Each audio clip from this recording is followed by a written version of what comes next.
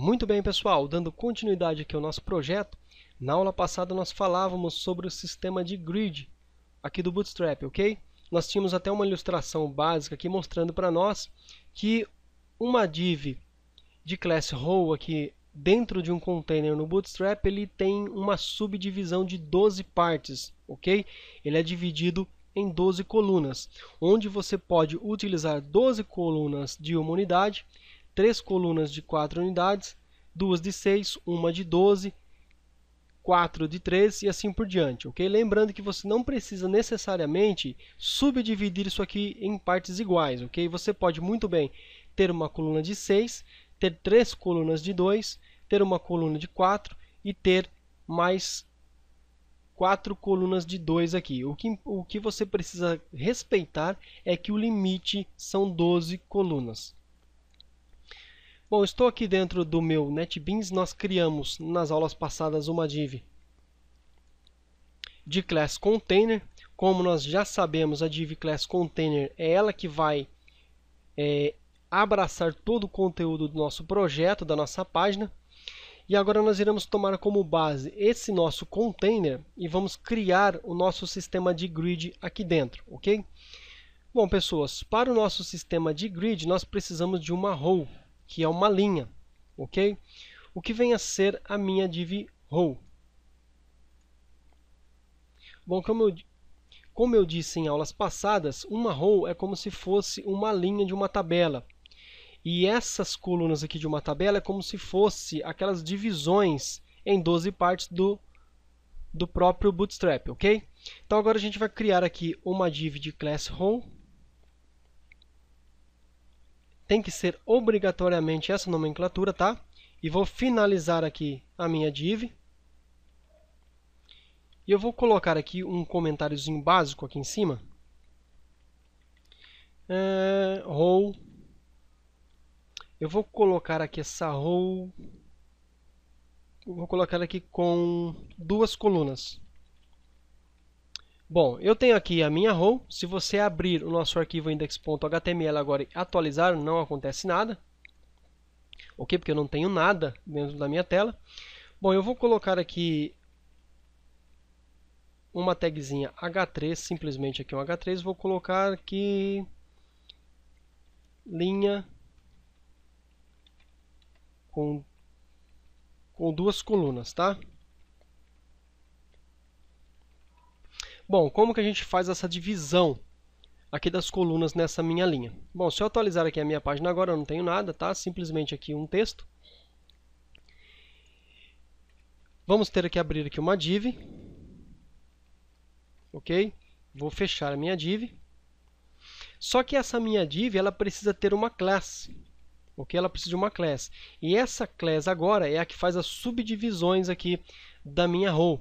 Tá? Essa subdivisão, ela leva uma class call, um md, tracinho, e veja que eu tenho aqui os tamanhos que eu vou utilizar de 1 a 12, tá?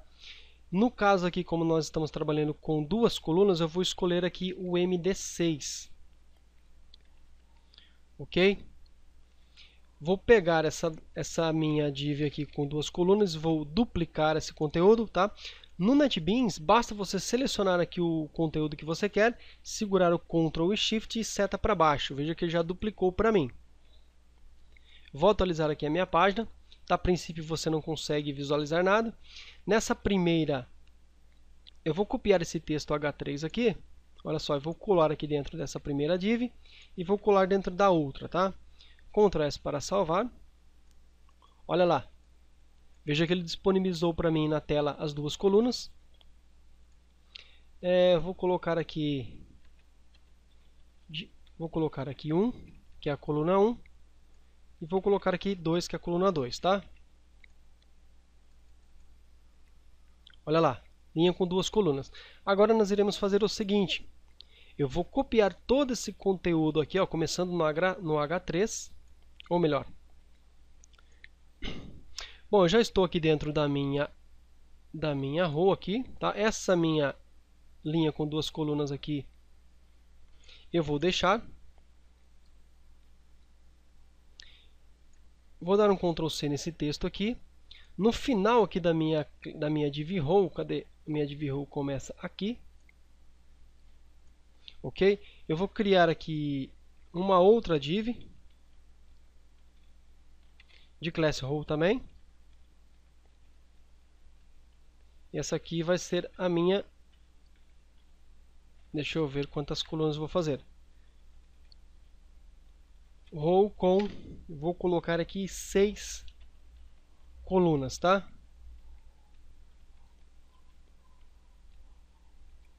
Vou fechar aqui a minha div row.